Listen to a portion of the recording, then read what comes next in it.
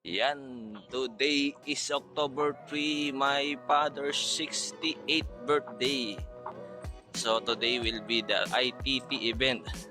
Dito tayo ngayon, no? Mayroong widescreen, no? Papakita ko sa inyo yung widescreen live. Ayun, no? Yung widescreen, no?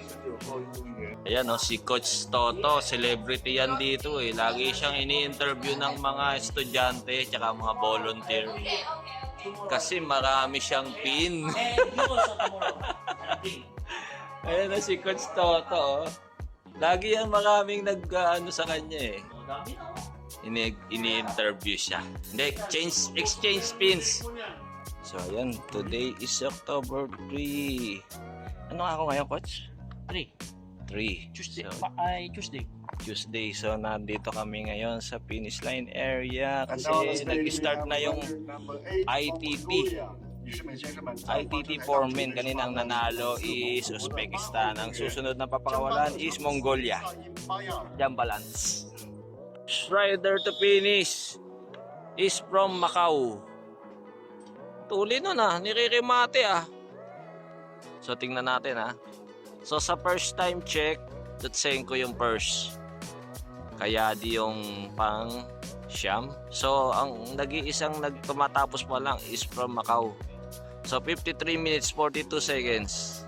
Chin Pokcam from Macau. Ikayadi. Si Coach. Wala si Coach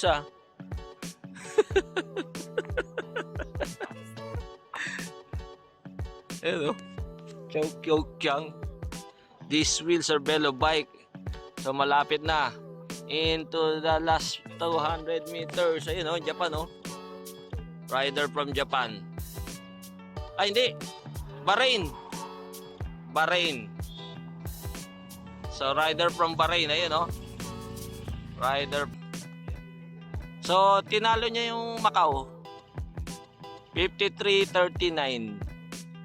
Ching, ayun Sino yan? Qatar. Ayun Ganda ng jersey Qatar. Ayun. Ano time niya? Tingnan natin kung tinalo niya yung dalawa. So third best time out of 3. So ito, may padating pa may padating Uy, tuli nito Ayun, si Taipei. Tuli Best time, 50 minutes 41 seconds, si Chi Hao Tu. Ayun si Alexei Lutsenko, tinuhog ng China yung Tinuhog ng China. nung Thailand. Yan si Chow Kyang, Thailand.